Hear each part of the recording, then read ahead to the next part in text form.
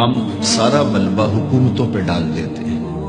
حکمران اچھے نہیں ہیں، انہوں نے ہمارا یہ حال کر دیا ہے. اگرچہ حکمرانوں کا بہت سارا دخل ہوتا ہے قوموں کو بگاڑنے میں اور قوموں کو سنوارنے میں، لیکن اچھے حکمران بھی تو اچھے اعمال کا نتیجہ ہوتے ہیں اور برے حکمران بھی تو اعمال بد کا نتیجہ ہوتے ہیں. اللہ تعالیٰ جل شانہ نے قرآن مجید میں ایک مقام پہ ارشاد فرمایا، وہ اس بات پہ قادر ہے کہ تمہارے اوپر سے بھی عذاب بھیجے، تمہارے نیچے سے بھی عذاب بھیجے. امام قرطبی نے حضرت عبداللہ ابن عباس رضی اللہ تعالی عنہ سے روایت کی ہے کہ اوپر کا عذاب یہ ہے کہ تمہارے حکمران نااہل ہوں، اور نیچے کا عذاب یہ ہے تمہارے ماتحت خائن ہوں. تمہارے حکمران نااہل ہوں، تمہاری اولادیں نافرمان ہوں، تو یہ اوپر نیچے کا عذاب ہے. تو یہ عذاب کیسے آتا ہے؟ حضور علیہ السلام کا ایک فرمان سنیے. آقا کریم نے ارشاد فرمایا، کما تکونون کذالک یؤمر علیکم، تم جس طرح کے ہوگے تمہارے اوپر اس طرح کے حکمران مسلط کر دیے جائیں گے. اگر تم اچھے نہیں ہو تو رحمتوں کی چھتڑیاں نہیں تانی جائیں گی، اور اگر تم صالح ہوگے تو پھر اچھے لوگ تمہارے اوپر رکھے جائیں گے. ایک روایت میں آتا ہے، اعمالکم امالکم، تمہارے اعمال ہی تمہارے حکمران ہیں. حجاج بن یوسف سے کسی نے کہا کہ تو نے حضرت عمر کا دور خلافت دیکھا ہے، ان جیسا انداز حکمرانی کیوں اختیار نہیں کرتا؟ تو جو اس نے جواب دیا وہ دو لفظی ہے، ذرا سنیے اور اس فلسفے کو سمجھنے کی کوشش کیجیے. حجاج بن یوسف نے کہا، تواضعوا اتعمر لکم، تم ابو ذر غفاری بن جاؤ، میں عمر بن جاتا ہوں.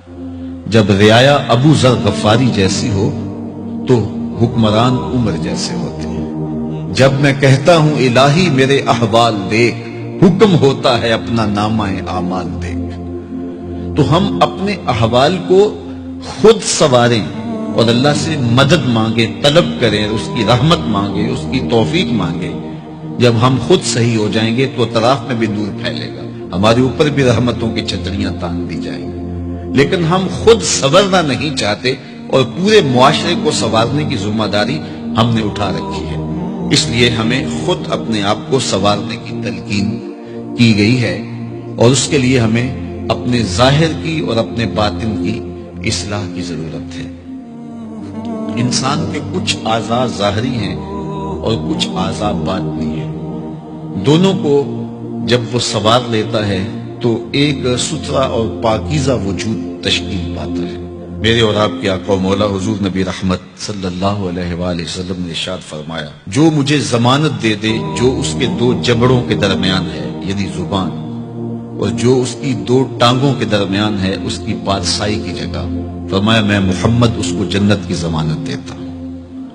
انسان کے بہت سارے گناہ ان دو اعضاء کی وجہ سے ہیں. زبان غیبت بھی کرتی ہے، زبان جھوٹ بھی بولتی ہے، زبان گلہ اور شکوہ کا رنگ بھی اختیار کرتی ہے، الزام تراشی بھی کرتی ہے. تو بہت سارے جرائم زبان کے ہیں. اس لیے ہمیں زبان کی حفاظت کرنے کی تلقین کی گئی.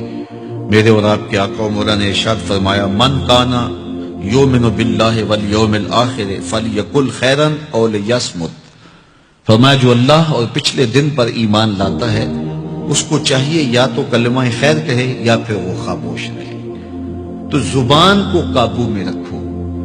اللہ تعالیٰ جل شانہ نے اس زبان کو 32 دانتوں میں جکڑ کے رکھا ہے، لیکن اس کے باوجود پھر بے قابو ہو جاتی ہے، اور بہت سارے ہمارے گناہ ہماری زبان کی وجہ سے ہیں.